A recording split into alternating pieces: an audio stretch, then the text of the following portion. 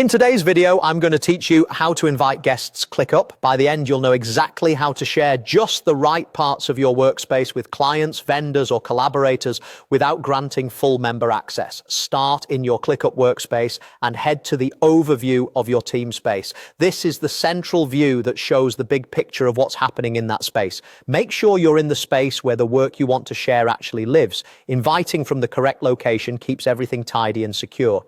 Next, open the specific project or list you want your guest to see. It's best practice to choose the narrowest level that meets your needs. For example, if a client only needs visibility into one deliverable, share the list for that deliverable rather than the entire space. This helps protect unrelated tasks and reduces noise for your guest. Look toward the top right area and click Share. This opens the sharing panel where you control who can access this project or list and what they can do with it. Before inviting anyone, adjust the default permission so they're added as a guest. This is where you set the baseline, view only, comment only, or limited edit access depending on your plan and governance. Choosing a more restrictive default and then loosening it later if needed is a smart way to prevent accidental changes. Within the sharing panel, confirm you're operating in the team space context so your invitation applies to the correct scope. If you share at the list level, guests will only see that list. If you share from higher up, they'll see more.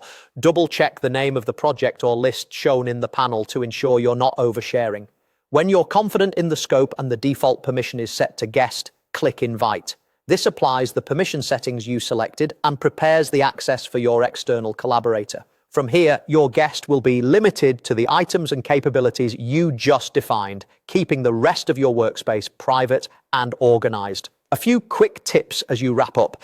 If you don't see the guest option or the share control, you may need additional permissions from your workspace admin or a plan that supports guest access. After inviting, you can return to the same share panel at any time to adjust permissions or remove access.